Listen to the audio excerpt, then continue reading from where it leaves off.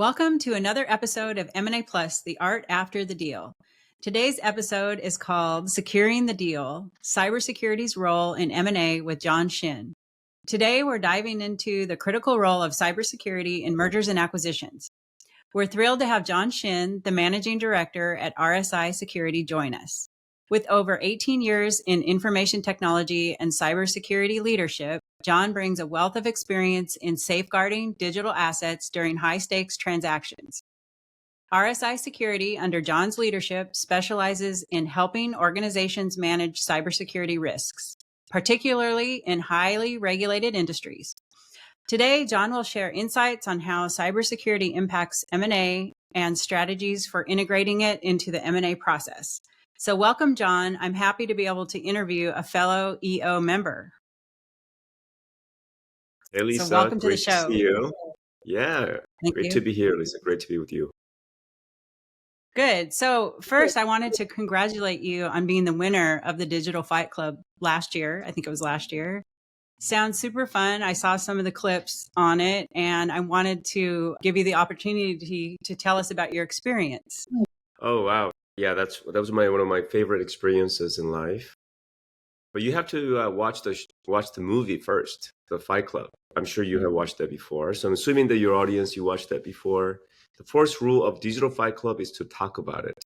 You know, the movie reference is that you don't talk about the Fight Club. That's first 3 rules. Yeah, this genius guy, Michael Pratt, started this, I think, almost 13 years ago, getting together industry experts together. And I created a platform to debate, kind of battle out, like a battle rap, if you will. But you only have 15 minutes, and there's a specific topic that's given to you, and you have to come up with a positional statement on that topic. And your opponent is randomly selected. So you basically go back and forth, debate format. One part of that is there's about 800 people in the theater, and these are rowdy audience. Super fun. I mean, they're given to throw the socks at you, and they can also boo. They can also cheer if they agree with what you say. So there's a lot of interactive audience, which is what makes it fun. So the judge is at the end is the audience, depending on how loud they cheer for you, and they use the sound barometer to select a winner. It was a really fun experience. Awesome. It sounds cool. So what was your topic? It was AI and cybersecurity. I know that's not really today's topic, but yeah, we can have another podcast if I invited again to talk about that. Awesome. Okay, good. So let's start off now with learning a little bit about your career path and your experience. So if you could walk us through your career path and how it led you to specialize in cybersecurity, particularly in the context of M&A, and when did the M&A kind of experience start? I want to go back a little bit because I think this is an important part of this podcast. I listened to some of your podcasts, Lisa, and I love how you kind of get a little personal with your interviewers. I moved from South Korea when I was 16 to LA, and after watching a lot of Hollywood movies, I thought I would be moving into an amazing country that has no societal problems, no violence. Everyone is American heroes, because that's what I watched. But I moved to Koreatown, LA, and it was 2 days before LA riot, Rodney King. I should remember that. So 2 weeks after I moved, I mean, it was before I overcame my jet lag and new time zone. There's a lot of violence and hatred, and one of my relatives' business got burned down during that time. And not only that, the entire Koreatown got affected and then burned down, and there are not that many much protection during the time because it was chaotic time. So I really came to a realization that I want to do something to protect businesses. And then I went to school in LA for a while before I moved to Orange County in San Diego. But my math teacher, who saw that I was pretty good with math, and she encouraged me to look into cryptography, which is a field of cybersecurity specific around encrypting and decrypting sensitive data. So that's how I kind of started my career. And I did many fun projects in college. I worked for a DoD contractor company called Cubic Corporation. acquired by Rexus Corporation, which was started by assistant CI director, and they wanted to have more cyber capability. So I joined that team as a director. Worked for startup companies, some Fortune 500 companies. So I went through a corporate ladder. And a company called Verifone, which is now, I think, went private. It was a spinoff from HP. That company grew by acquisitions. The CEO at the time set out a specific goal to increase revenue by acquiring a lot of companies. And this is when a lot of fintech companies are coming out. This is when Square came out of nowhere and started taking some market share. So I saw a lot of transactions, M&A activities through that company. So I always knew that I wanted to do something specifically there. So when I started this company about 10 years ago, I had a good relationship with some PE companies and venture capitalist companies in San Diego. So that's how I got into M&A, which is one of our practice that we do. So you're talking about your current company, RSI Security. So what are the core services that your company provides? Oh, we do various things, but we specialize in really highly regulated industries that really need to start sort of the foundational structure and defense program for cybersecurity to meet the very minimum needs or requirements, I should say, for regulatory compliance. So that's called compliance for cybersecurity. So whether it's a healthcare companies, fintech companies, financial services, or defense industry, these regulated industries have pretty stringent cybersecurity compliance that they need to meet. So that's where we start. So the client journey starts from compliance all the way through security. A lot of people get confused between compliance and security. If you look at compliance, I would say that's more of a foundation or floor. So the bottom side of the pyramid, where security is where you want to go to the pinnacle of that pyramid. So we can cover entire client journey from compliance to security. So we start the assessment, whether it's a part of a M&A due diligence or it's a large company that needs to go through a specific certification or compliance program. So we come in as independent trusted advisor to start with the assessment and figure out a gap and roadmap and managed services after that, and we go through the cycle. What is the favorite part of your job? What's your favorite part of your job, I should say? I spent a lot of time with the computers growing up, Lisa, especially in, being a new immigrant. I really couldn't speak English, so anything that I could speak to was computer back then. So high school and college, I spent a lot of time with that. And I thought, man, I'm not really good with the people. Maybe I'm allergic to human beings. But now my most favorite part of my job is to make connections and develop relationships, whether that turns into personal relationship or professional relationships. I just love spending time with people who have a very clear goal of protecting their businesses. I mean, we have some celebrity customers as well, and they have different goals to protect their reputations. But something whether intangible or tangible assets, we love spending time. So I travel quite a bit and making those kind of connections. I love develop and train various cybersecurity professionals, some students, even executives, to have a different mindset about how to look at cybersecurity and defense program. So since you've been in this field for a while, I'm kind of curious to know how it's evolved over time. And especially since you kind of hear, it seems like anyway, we hear more and more about security issues with companies in the news. There's a lot of vulnerabilities out there. So have you seen an increase in, a need for your services, or what do you see the evolution as? It's really a interesting industry. It's one of what we call economics of outrage. I'm not sure if you heard that term before. When there's a chaos and crisis and outrage, a company like us thrive. I mean, it's not something that we enjoy that way. but that is actually a true statement.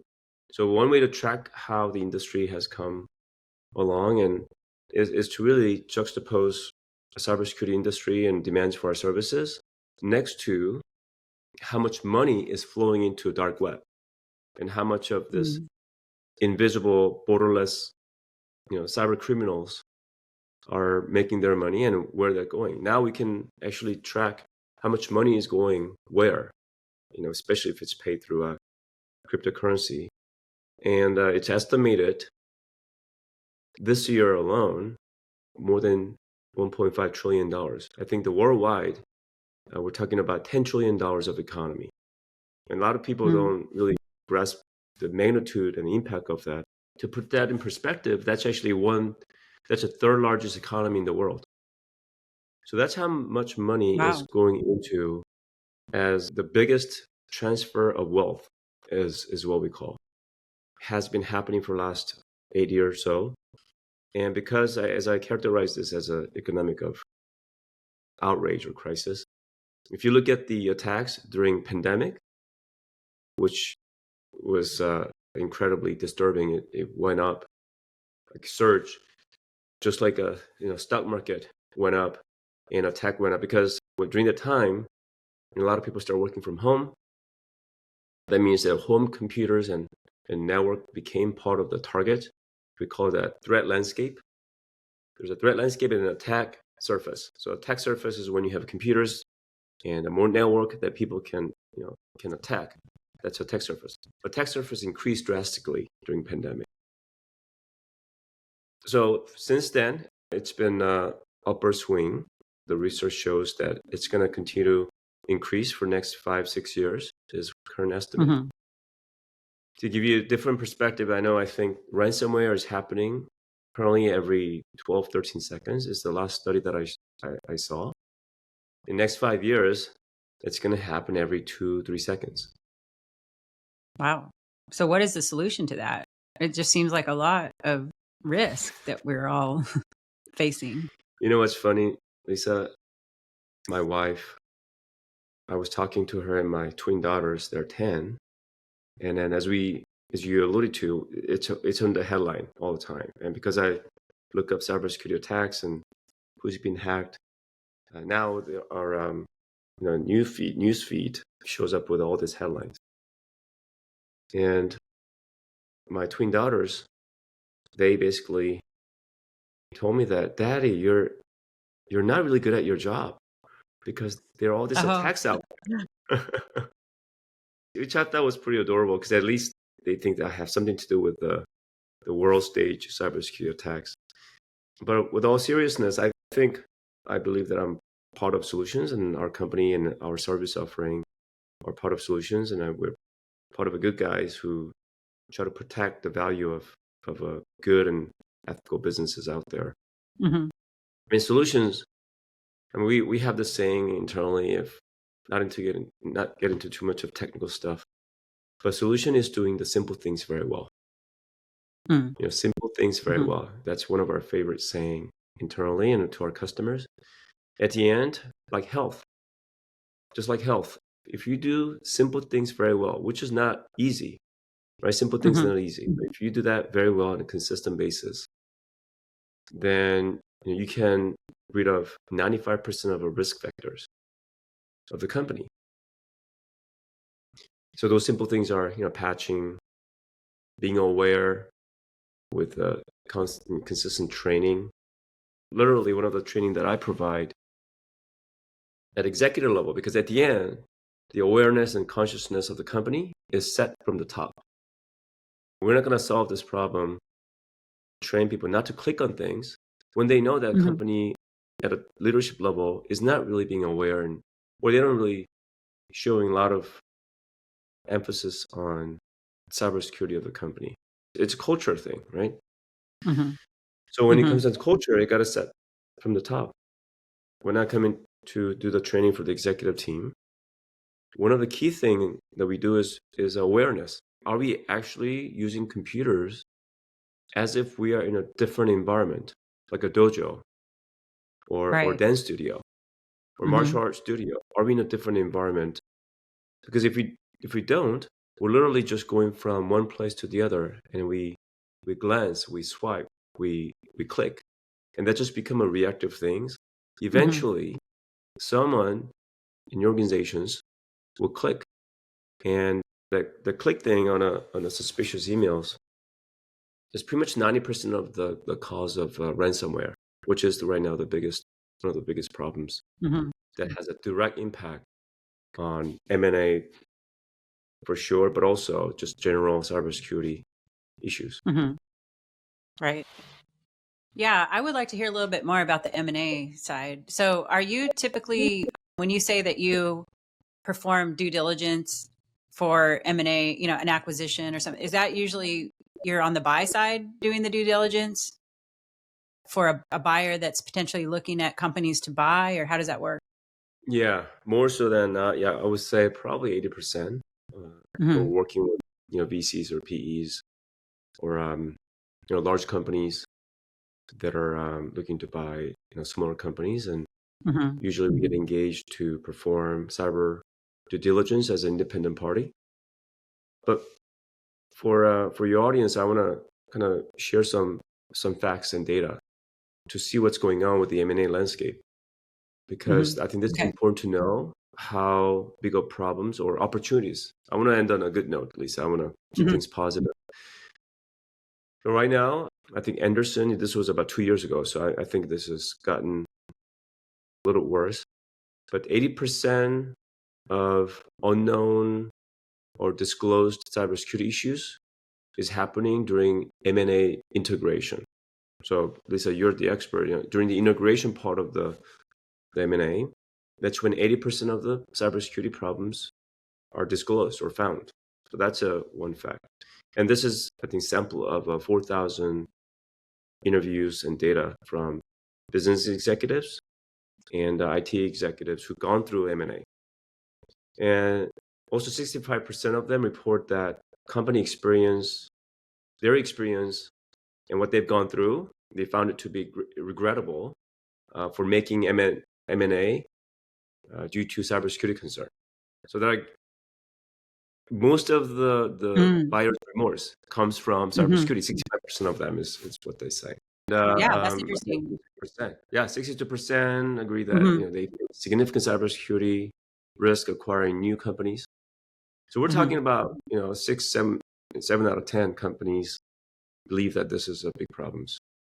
What do you think contributes to that? I mean, because I was thinking one thing that entered into my mind when you were saying that was, because I talked to a lot of different people doing different things in the M&A integration world.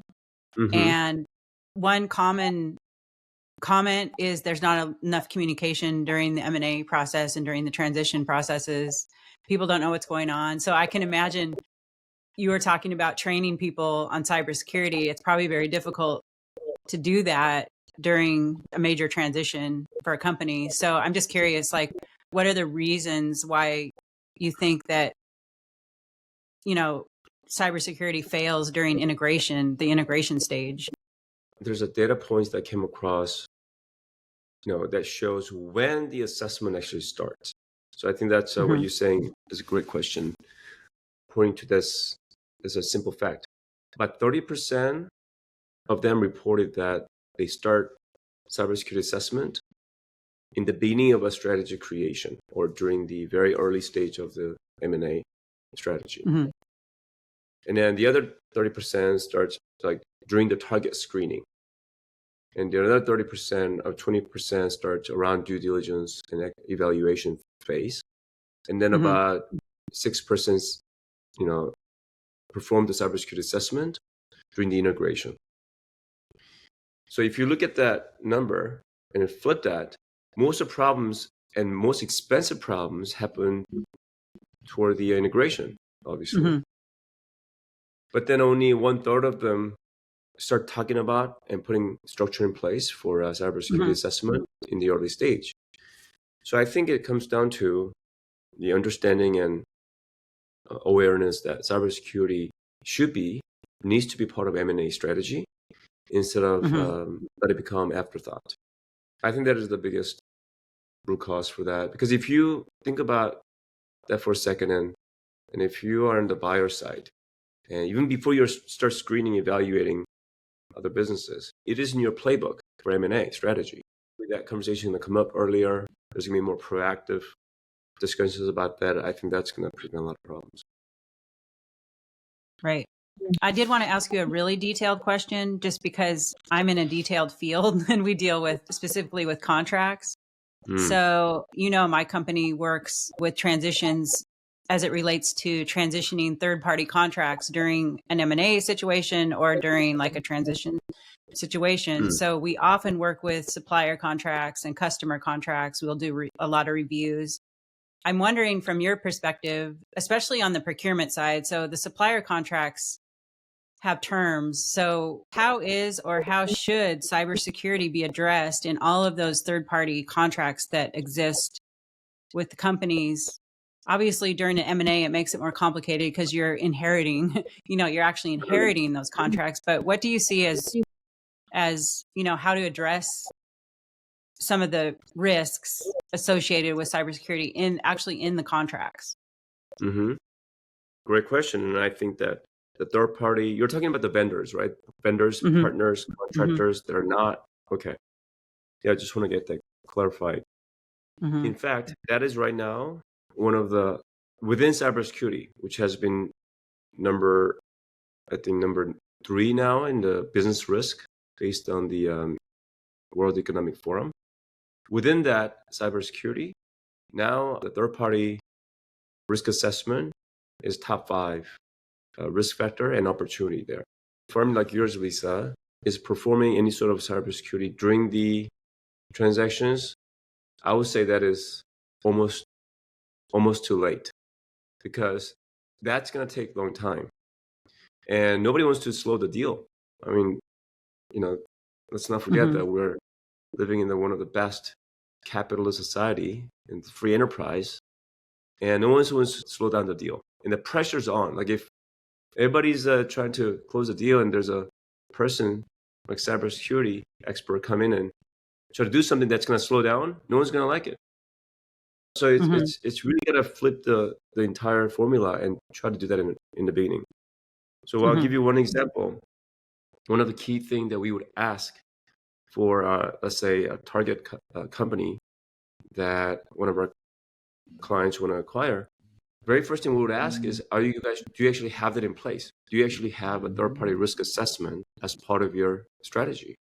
Because if they don't, we already anticipate that that's going to cost money later on, which could actually be used from a buyer side way to leverage and negotiate a better term if that's not happening.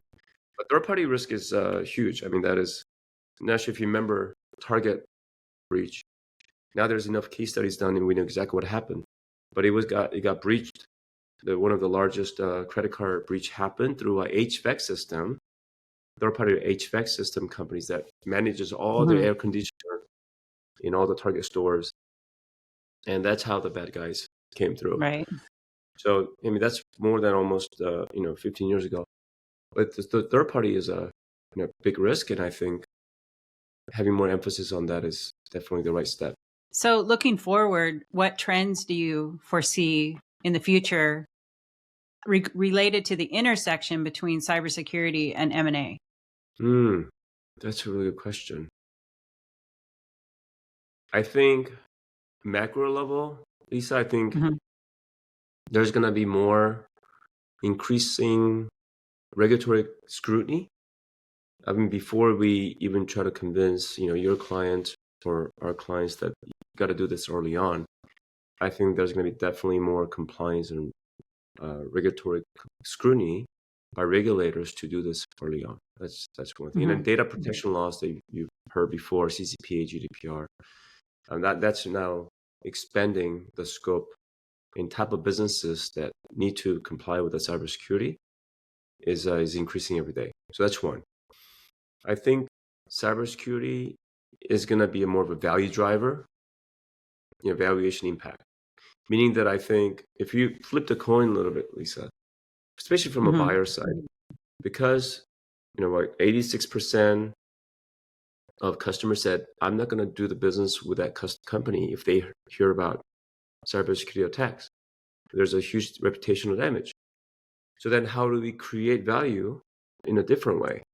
So for instance, LastPass is a great example. They actually got breached, but because they had a great cybersecurity program in place, they went through what's called a secure breach. Hackers basically realized that they could not decipher or decrypt the stolen data from them because they were done right. So their actual reputation went up, even though they went through a breach. It created value for the company, and they actually became more popular and gained more confidence from their customer base. So that's one example. So I think looking at cybersecurity as a value driver is another, I think, a trend that's going to happen. And lastly, the use of AI is going to be more prevalent in the very near future. I mean, I think that with the use of blockchain for cybersecurity is going to be a very compelling applications for that. I mean, we can talk about that for another show, but that there's a whole killer apps that can be used as part of that. I do want to do a show on AI and blockchain. Actually, I had another guest that talked a lot about the blockchain. So I think that's a good topic. So we'll put that down as a future show. So yeah, just the last, add one more go thing, ahead. Yeah. I think what's lacking right now in a lot of deals is that because of the cybersecurity metrics are not standardized, it's really hard for buyers or sellers to kind of agree on things, right? It's at the mercy of third-party companies like us, and then try to explain what's going on. I think there's going to be much more enhanced, and you talked about details, more detailed cybersecurity metrics and reporting that can be standardized across the board, so that buyers and sellers and the whole market can actually agree on the maturity of the companies in cybersecurity defense. Because otherwise, it's going to be hard. It's going to be really hard to come to an agreement. So that's another trend that I see. Right. Yeah, that's good. That's kind of leads into my last loaded question here, which is basically kind of your advice. And I'd like to hear your advice for M&A professionals regarding cybersecurity in the deal making process and in the integration process. And you touched on a lot of different aspects of this, but I want to give you a chance to kind of summarize, like, what advice overall would you give deal makers and integration teams? Wow, this is way above my pay grade, Lisa, because they're usually my invaluable clients, and advice maybe something that I'm not qualified to do, but I'm going to Maybe try my best. insight is a better word. Sure, insight. I think that's better. I would say that first thing is the kind of the mindset. I mean, at the end, how do we look at business? Because remember, the reason that we are not putting cybersecurity in the early stage of the M&A strategy is because we're focused on something else. Something else is a value creation. But if you really think about how we can do that in the long term, you're looking at business as a more of an infinite game instead of a finite game for transactions. And I think that's going to be able to expand and include cybersecurity in a big scheme of things. So, I mean, I do quite a bit of investment. I talk to a lot of very incredibly smart investors and wealth managers and VCs. So some of the things that I learn is I think we got to choose to look at businesses as a long-term sustainable value creation, which will put us in a different mindset. And if we're really truly trying to protect business in the long term, not just do transactions we're out, then I think that would help us to look at cybersecurity from a different lenses. I think that's one high level insight that I can share. And I think also looking at business as an ethical, sustainable, socially responsible, force of capitalism is also how we can look at that. The other insight that I can share for integrator or integration, is that the right way to say it? Is that having a playbook, like I mentioned, I've been through that before. There's already inherent pressure and everyone's trying to make something happen together as a team. And there's going to be too much of pressure when you're in the spot like that. So, and that creates emotion. And sometimes that emotion can be positive, but sometimes that could allow us to cut corners. So having a playbook, just like, NFL players and coaches. They have a playbook so that under the pressure of certain situations, they can make sure that they can do the right thing methodically, yet they can do that effectively. I think that is one of the key things, is to have that in early stage of strategy. Great. Yeah. Playbook and planning seems to be another theme that a lot of my guests talk about. So that's important. And the people aspect. I mean, you brought up the people quite a bit during all of your answers. So that's another very important aspect of, this M&A sort of world that we're in. Okay, good. Well, thank you so much for sharing. And I would like to give you the opportunity also to let the audience know kind of where to find you, your website, maybe some information about some places where your Digital Fight Club, is that what it's called? Where they can watch the Digital Fight Club. Yeah, it's on YouTube if you want to check it out. But yeah, you can find me on LinkedIn, John Shin. But as like many other great or professionally paranoid cybersecurity people, I use a initial of my last name to kind of hide my last name in the LinkedIn. So it's John S. You can look me up, or you can email me at john@rsisecurity.com, or you can go to rsisecurity.com to check us out. Yeah, we love to talk to you. If you are going through M&A or you're planning on it, put things in place and be proactive so that you don't have to spend a lot of money later on and retain all the value of your companies. We can perform an assessment, an audit. We can even come up with a really good budget early on so that you can put things in the budget much early on. We can do technical testing, pen testing, so make sure that you retain as much as you can out of the hard work that you put into your business. Awesome. I think your company would provide some very valuable services, and I would trust John with with those services for sure. Good. Well, John, thank you so much for sharing your expert insights and practical advice on such a crucial aspect of modern M&A. To our listeners, if you want to learn more about John and the services at RSI Security, head over to rsisecurity.com. Thank you for tuning in to M&A Plus, the art after the deal. Be sure to tune in for more episodes and join us next time as we continue to explore the intricate world of mergers and acquisitions where integrators are the heroes. Until then, keep those deals secure. Bye for now.